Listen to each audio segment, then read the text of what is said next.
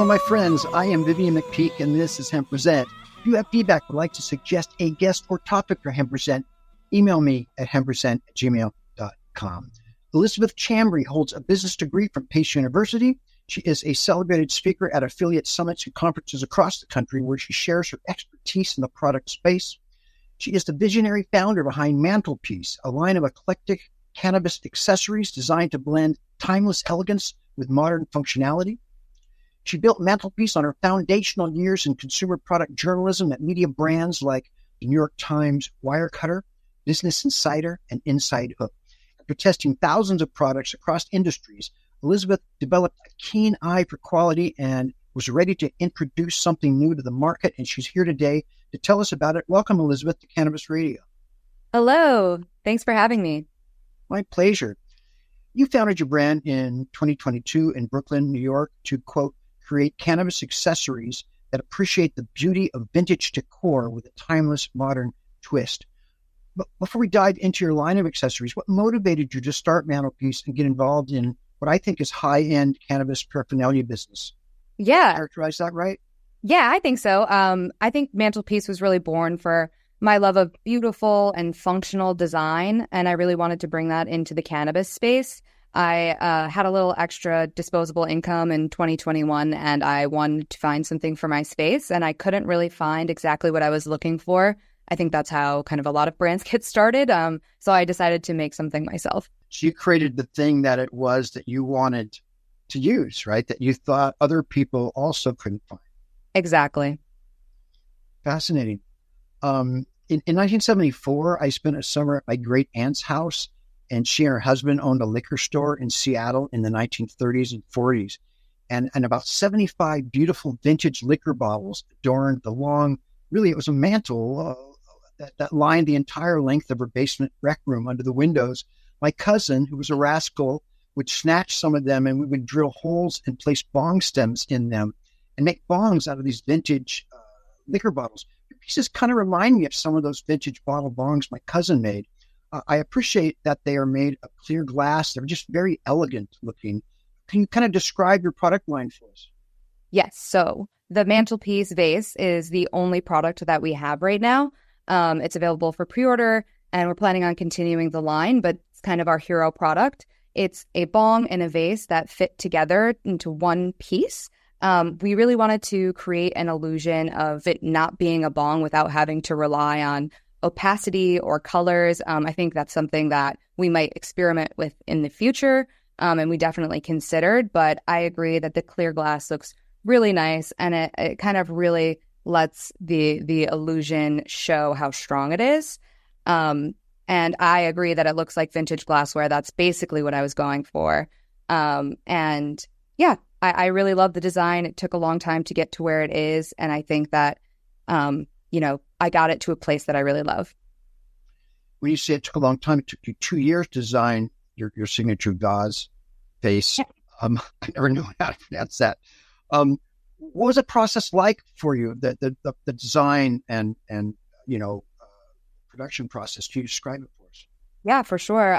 So the idea came in 2021, and it took me until March of 2022, like about 8 months to even kind of get going. I would talk about it in therapy every week. Like, I just need to listen to a couple podcast episodes, and then I'm going to be ready to like get going. And then so finally I was able to do it, and I listened to a podcast episode and realized that it wasn't that helpful, but that it kind of got me in gear, and found a designer to work with. And so the design took many forms.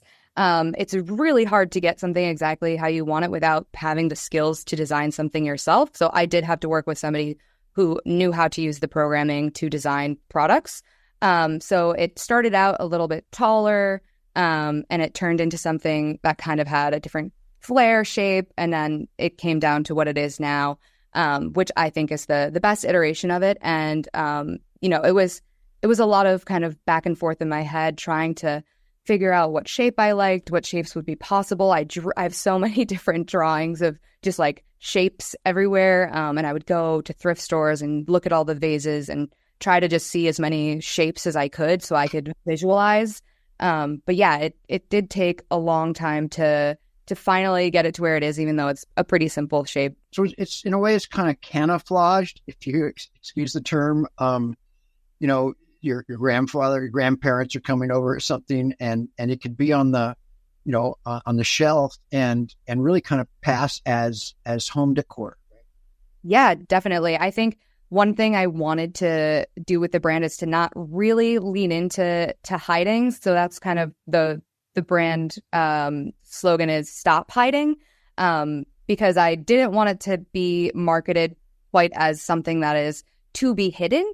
I think it's more, I want it to be seen. I think it's more about that you don't have to hide anymore because it fits your aesthetic.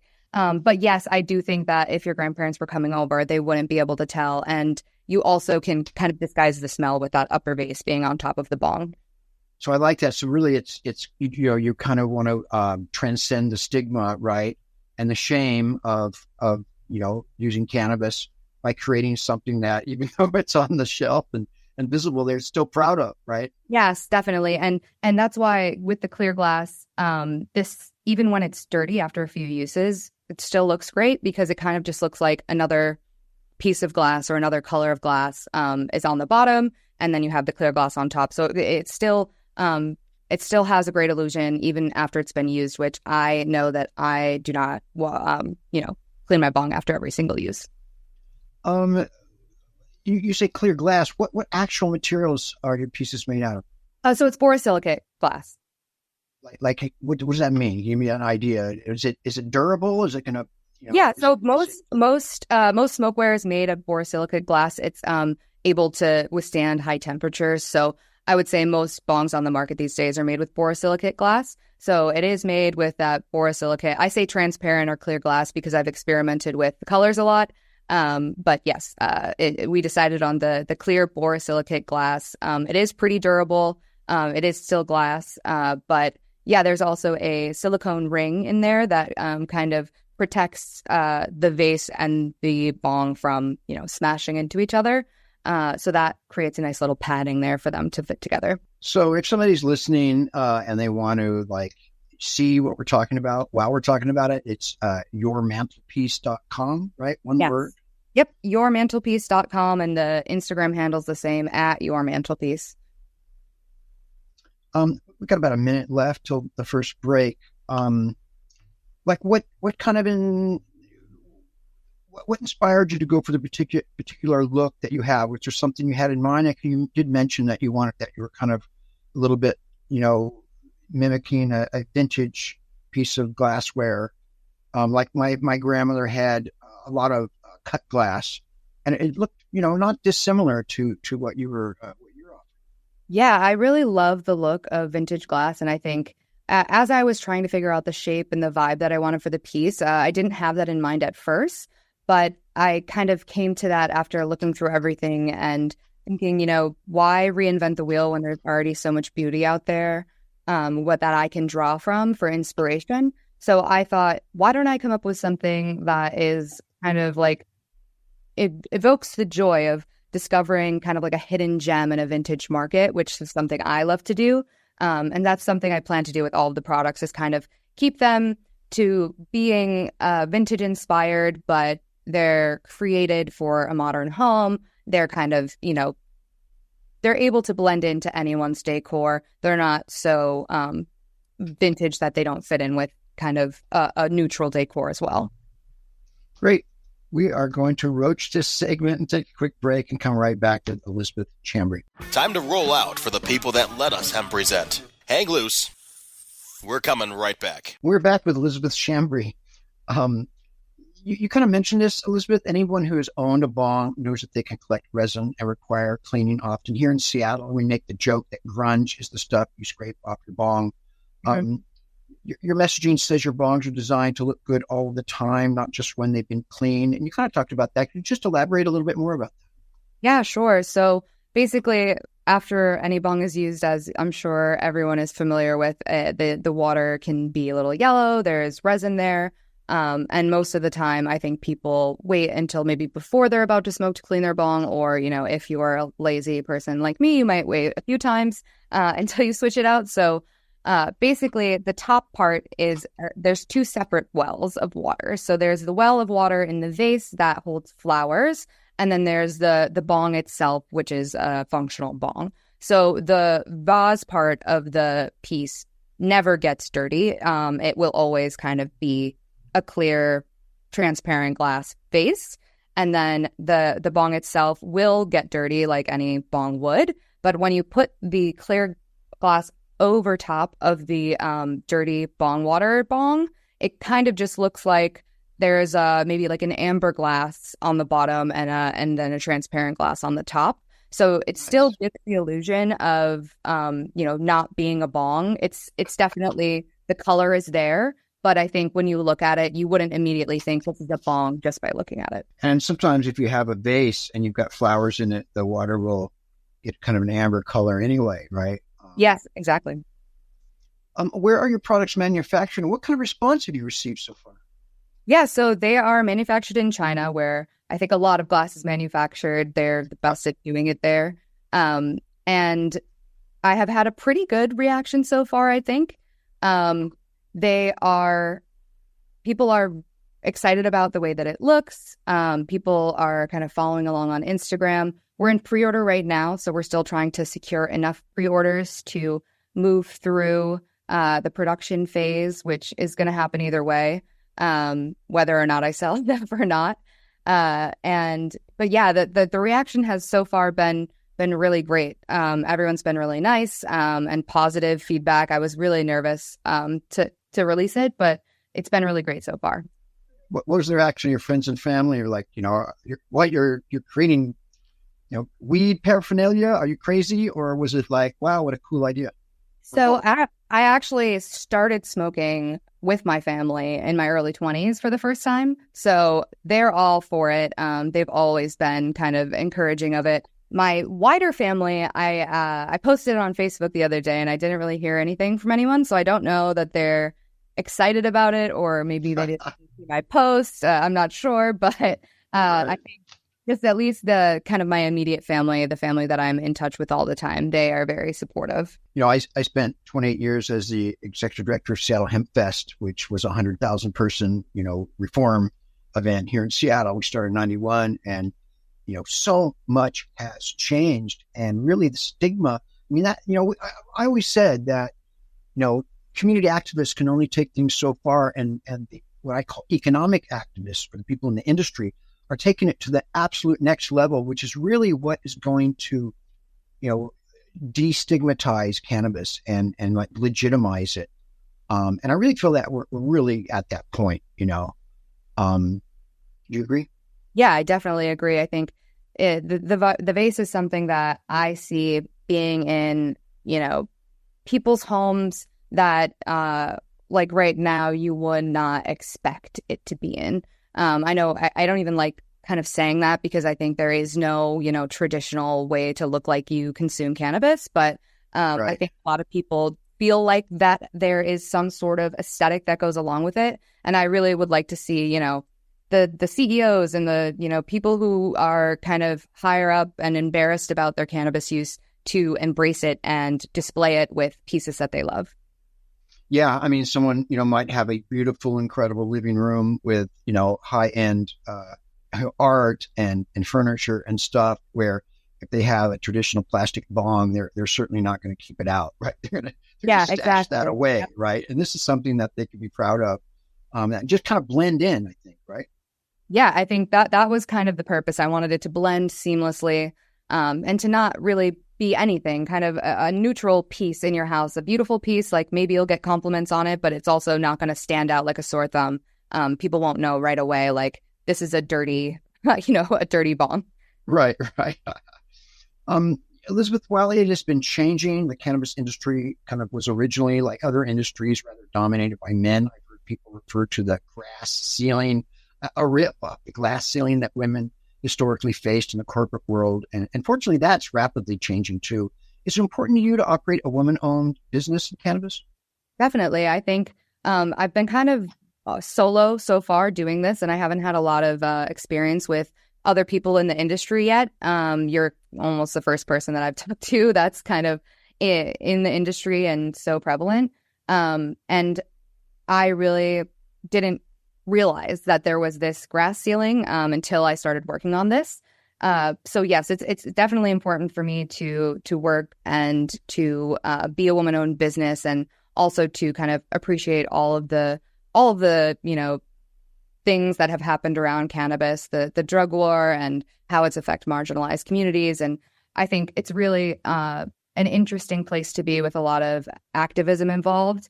And I think there's a lot to be done, and I'm happy to kind of contribute to that. I'm hoping that during my time in the industry, I will make more money and I will be able to contribute more in different ways to different causes. You kind of referenced it a little bit, but you're donating a portion of the profits that you make to the equity-oriented organization Last Prisoner Project. I had their director on the show, I don't know, maybe a year ago, which advocates for those incarcerated on cannabis offenses. Why is that important to you? Yeah, definitely. I've been donating to them for a few years now on my own. So when I was starting the business and I was thinking about what I wanted to do in terms of equity, I was thinking, you know what, why don't I just go with the Last Prisoner Project that I've already been supporting? I can support them even more. I think for me, there's just such a horrible feeling to think that people's entire lives are changed and they're taken away from their family because of this plant. It really, really, really is devastating. And I think that it's a really important issue because obviously I'm out here, making a bong, and we're talking about weed, and people are consuming cannabis, and there's still people that are imprisoned for it. So that is really important to me. I can't imagine what that would be like. So I decided on that. Well, that's awesome. That's really profound that it's important enough to you with a startup business to do that. I mean, that's a big statement, and hats off to you for that. What did you started this? It sounds like you pretty much you had a designer and stuff. You pretty much done this all by yourself.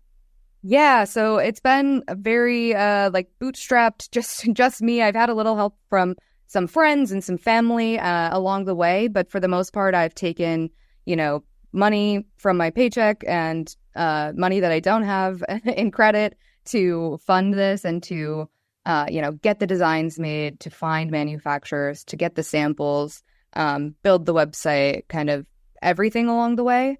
And I have had a few really great friends, photographers, and kind of video producers that have helped me at no cost, which has been great. So I've used my network to kind of get to where I am as well. But other than those wonderful people that have helped me, it has been me and my credit cards. Wow, so it's been a DIY effort for you, and it must have been a real learning experience for you too. Definitely. There are some expenses I wish I didn't take on, and there that I wish I did. Right. We're going to go to our next break and come back with our final questions. Elisabeth Chambry from Mantelpiece. Time to roll out for the people that let us present. Hang loose. We're coming right back. We're back for our final segment. Elisabeth, I imagine that you've got some other designs rolling around in your head? Yes, I do. Is that proprietary? Yeah, so I think I can give you like a slight sneak peek. I have for traditional accessories in mind. I have an idea for an ashtray, for some bowl pieces, for a storage container. I want to do a tray. I have ideas for all of them and ways that they can fit into home decor with kind of not looking like they are what they are. And in some cases, like with the ashtray, it can just be home decor. I think I might leave it, visibly an ashtray because I think ashtrays look great. So I think there'll be some that are what they are and some that are more disguised, like the vase. But you got to sell some of these ones first, right? Yes, I do indeed need to sell some of these first. And you're currently taking pre-orders on your website, yourmantelpiece.com. What else should people know if they want to purchase one of your smoking accessories? Yeah, so they're available on yourmantelpiece.com. The first 500 units are actually going to have kind of a special engraving on the silicone that's inside the vase. It's going to be something that's unique to this first run. and then will be changed out for the future. I kind of have this fantasy that in 100 years, somebody's grandchild will go to Antiques Roadshow and pull it out, and then the person from Antiques Roadshow will be like, wow, this is a very handsome example of, something from the early 20th century. Mantelpiece, the brand you know today, this is their first run of bongs back in 2024, and you can tell by this marking right here. So that, I think, is unique and exciting to think about for the first run of 500. And yeah, I think I would love any and everyone's support in getting this off the ground. I do need to sell a certain amount of these in order to put in the production order. Like I said, I'm going to get myself into as much debt as I need to in order to kind of bring this to fruition. But, everyone's supporting and kind of investing in a piece like this and kind of honoring their practice and refining their smoking experience, I think it's going to be, it's good for me, the industry, and for the people who get to enjoy it. I would put a value of $10,000 on this 21st century creation. Yeah. Yes, exactly. Well, I think they're beautiful, really. And that they have, like I said, they have a real elegance about them. So I think that you've done a great job. What advice would you give somebody who's thinking of starting their own business in cannabis, but kind of coming at it, cold, like you are? Yeah, I would say don't take 8 months to listen to one podcast episode in order to motivate yourself to get started. But I think what really got me going after that was talking to as many people as I could in the industry, just founders in other industries. I kind of just got on a video call with anyone who would talk to me and asked them everything I could. In the beginning, I didn't even know kind of what the vase would look like. So I would just be like, I kind of want to make this thing and I don't really know how to do it. And everybody has been so supportive, everyone that I've talked to. It's very happy to lend a hand. I think that's another great part about the cannabis industry, is that everyone is so friendly and sharing. So I would say definitely talk to people as much as you humanly can. And then also another thing is to use your own network for whatever you can. Don't be afraid to ask your friends to help you with the website, to help you with the video, to help you with, my brother helps with coding. So I think that you really have to rely on the people around you if you're going to be doing it all yourself. Well, we've got about a minute left to talk. It's a pleasure having you on. I certainly, I'm certainly excited for you. What final thoughts would you like to leave us with while we still have a minute or two?